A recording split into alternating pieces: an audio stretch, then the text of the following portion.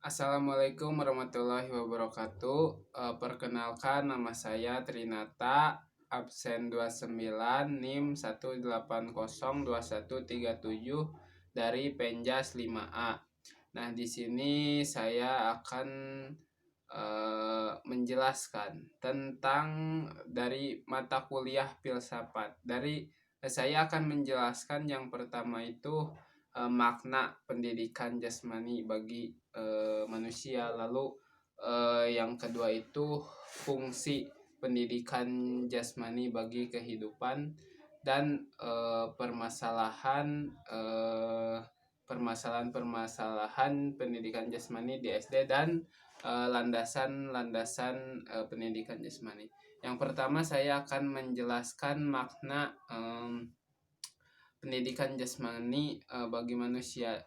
Menurut saya makna pendidikan jasmani itu sendiri ialah proses. Jadi pembelajaran melalui aktivitas jasmani yang dibuat untuk meningkatkan atau menaikkan kebugaran jasmani. Misalnya anak itu sendiri, misalnya membuat keterampilan motorik anak itu, lalu pengetahuan si anak tersebut meningkat dan si anak itu serta hidup sehat dan aktif, dan yang terpenting berperilaku sportif dan jujur.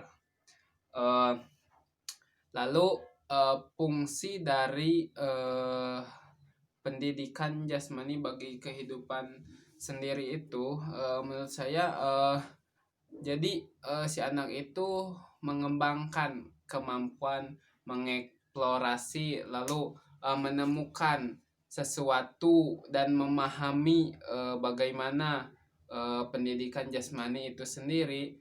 Nah, jadi si anak itu tahu bagaimana cara menggunakan teknik dan strategi dalam melakukan permainan yang diberikan oleh guru, misalnya lalu menghargai kinerja tubuhnya,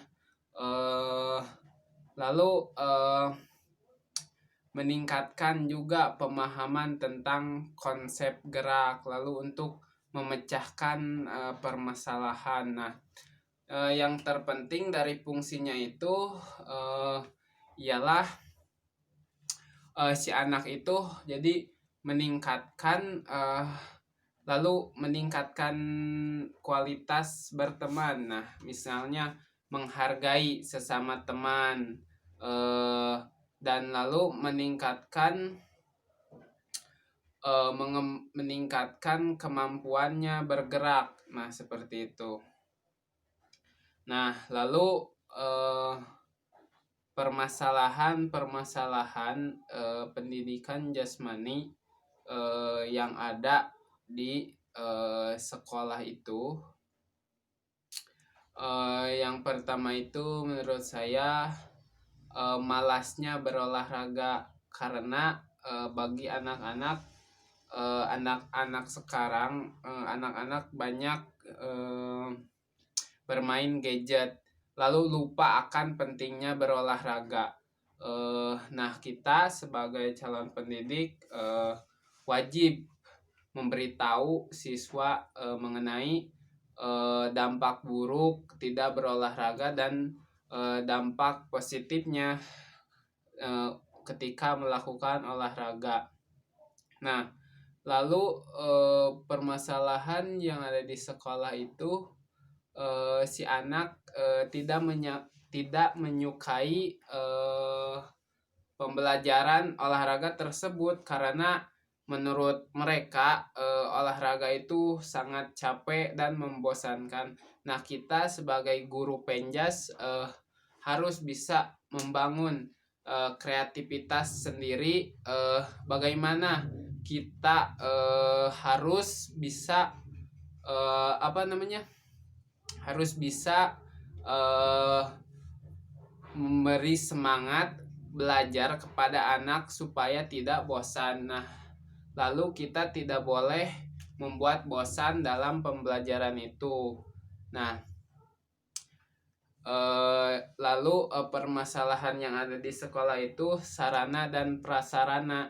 Jadi sarana dan prasarannya tuh kurang gitu, dari mulai alat untuk berolahraga, misalnya kekurangan alat dan lain-lain, sehingga misalnya kekurangan lapangan yang terbatas sehingga membuat olahraga kurang efektif.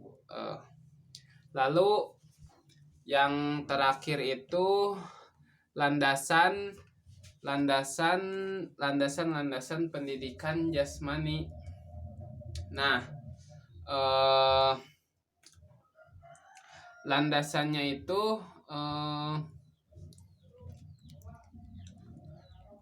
yang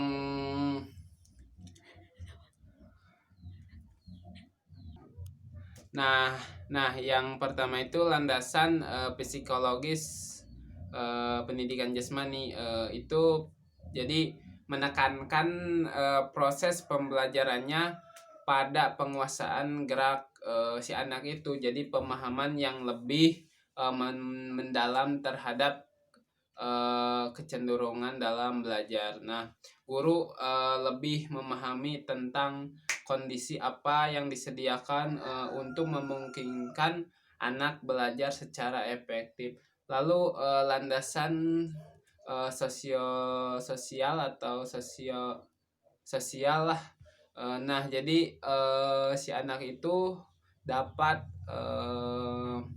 bermain dengan anak setara dengan umurnya, dapat berkomunikasi dengan baik dan bermain supaya komunikasi tetap terjaga, dan yang terpenting sikap saling menghargai dan jujur sangat penting untuk perkembangan anak tersebut.